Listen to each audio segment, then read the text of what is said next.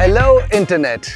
I really wanted to make a video on this bike that I have been riding for the last 5 days. I've covered almost 3,000 kilometers on this and I'm in Tamatakal, Karnataka on my way to Bangalore. It's showing me about 3 hours more to reach Bangalore, and I just happened to be crossing this highway and I saw this amazing patch of land. I thought, what better way to make content than right here in Karnataka. So this video is going to be a small review of this bike. This is the bike that I've been riding for the last 5 days. This is the latest KTM Adventure 390. It's a 350cc motorcycle, but it comes loaded with tech. So I thought, let me quickly make a video and take you through all the specs and features that this bike has, and just touch base upon who this bike is for, who can buy this, and what this bike is capable of, since I have done close to 3,000 kilometers on this bike.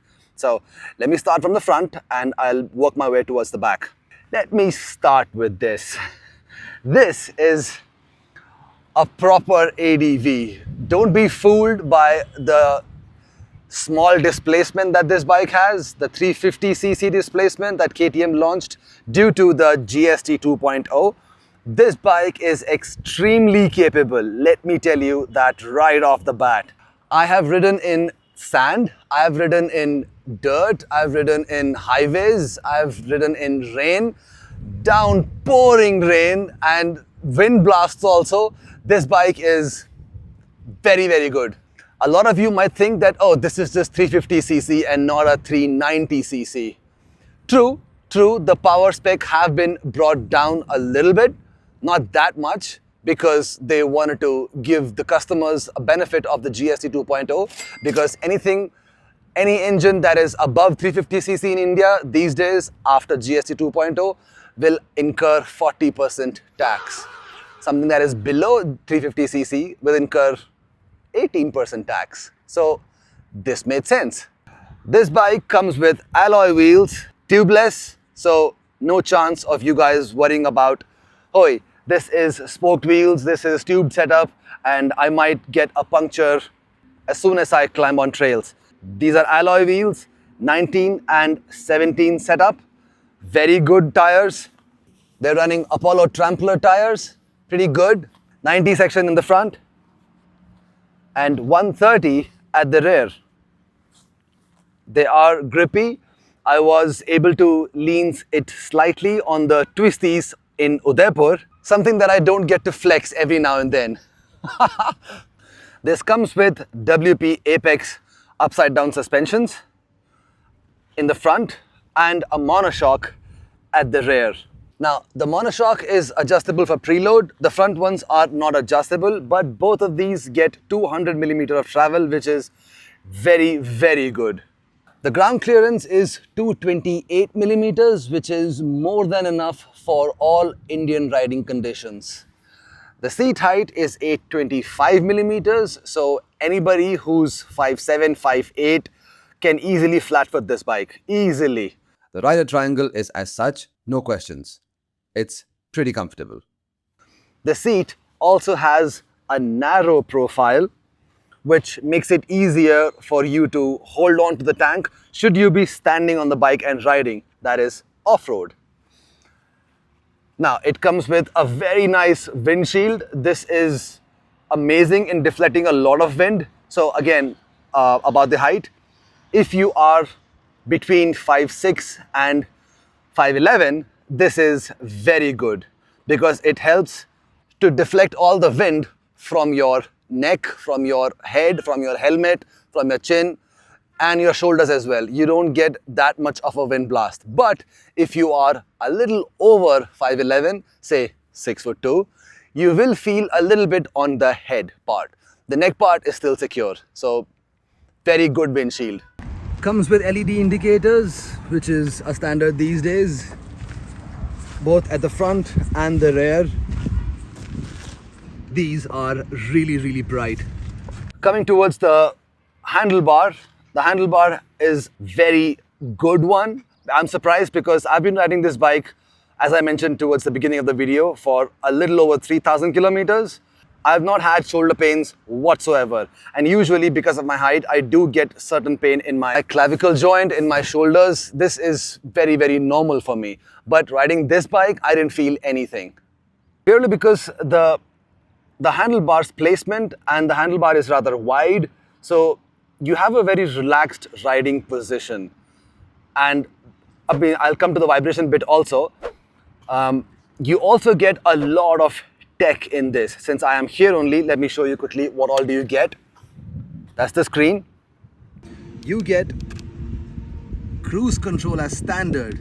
Now, if you configure this, you can also configure a speed control, which means if you want to not go beyond 80 kilometers per hour, you can do that, which is very, very good. The way you do that is you just press this button once and you'll see, I'll show in the B-rolls, a small icon that'll pop right here. And then you can navigate that with either the plus button or the minus button. Now, if once this is toggled, if you press the minus button, it'll straight away go to cruise control in whatever speed you are. However, if you keep pressing the plus button for like 2 seconds, it'll go back to the speed which you had initially set the speed on. Now, you also get ride modes in this: street, off-road and rain. Not only that, you can configure your own mode, whether you want ABS in this, whether you want motorcycle traction control in this, whether you want quick shifter in this. You can even change the display mode. This thing is loaded with tech. I mean, whatever you want to do in this bike in terms of tech, you're free to do. The clutch is also very, very smooth. You don't feel that your arms and your palm will be fatiguing out very soon. The pull is very smooth. The turn radius is very generous. You do get ride-by-wire here, which is very good, very nice. The mirrors are adequate. These are standard mirrors. These are not aftermarket ones. They do vibrate very slightly, but you don't notice that once you're on the highway and you've put this bike on cruise control. Because that thing is addictive and it will spoil you. Mark my words. You get 14.5 liters of fuel tank capacity. Yes, this is E20 compatible, which means you don't need to worry about this being E20 and all. Also comes with a quick shifter, which is a very handy feature indeed. Also comes with an auto blipper as well, which means you don't need to press the clutch to shift up or shift down. Just the initial one you need to. But other than that, this is good to go from the get-go. The shifter is designed in such a way that should you have an accident, this thing will fold. And you don't need to worry about levers getting bent and all that. This crash guard is OEM, but it is very good, so much so that it's very helpful for you to keep your foot like this while you're cruising. The low exhaust is advantageous in terms of water weighting. The rubber on the foot pegs is good in soaking up a lot of vibrations. This is also adjustable. Like you see this groove right here, these two screws can be removed and this can be positioned a little backwards if your feet are a little small. Also comes equipped with a Type-C charger, which is very useful and has been very useful for me in my journey. This thing comes with a 6-speed manual chain drive, has a 320mm front disc and a 240mm rear disc with dual channel ABS. Now, the thing that I really love about this bike is it's really light. It is only 181 kilos. I mean, you can literally pick this up in your parking lot. Handling this bike in tight traffic situations will not be a problem. Because of its weight, it is very well balanced. It's purposefully built. Also, because this is 350cc, the max power in this is 41.5 PS and max torque is 33.5 Newton meters, which is a little less than the 390 counterpart of its cousins, but that is adequate. It is tuned in such a way that this comes very close to the 390 counterparts. In case you're wondering how the bike sounds,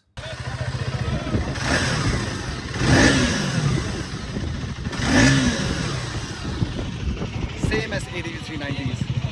Now that brings me to the question, who this bike is for.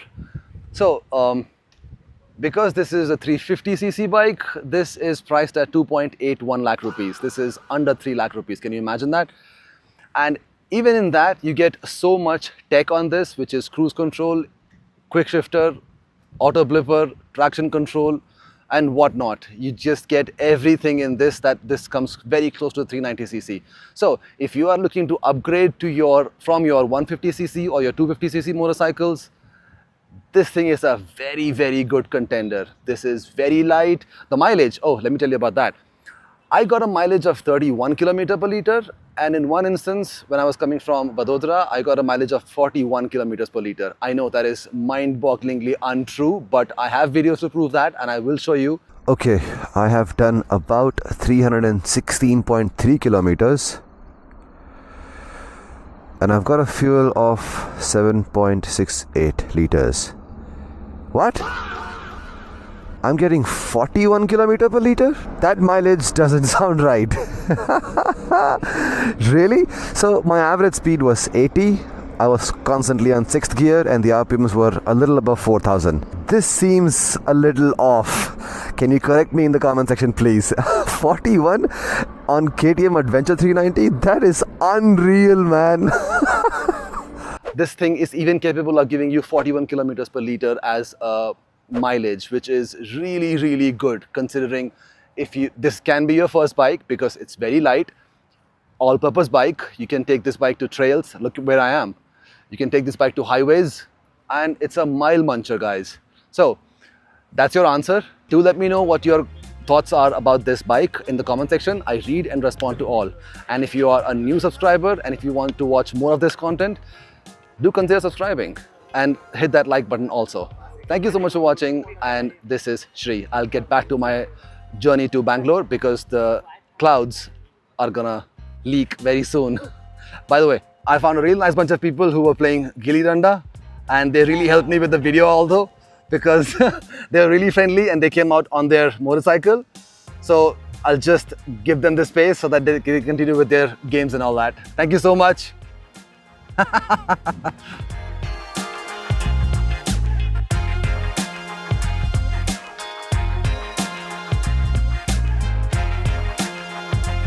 ओ रेडे ऐसा खेलना है वो ऐसा नहीं तो पूरा fielding रहता है पूरा फील्डिंग रहता है। कौन सा चैनल? ओ बाप रे।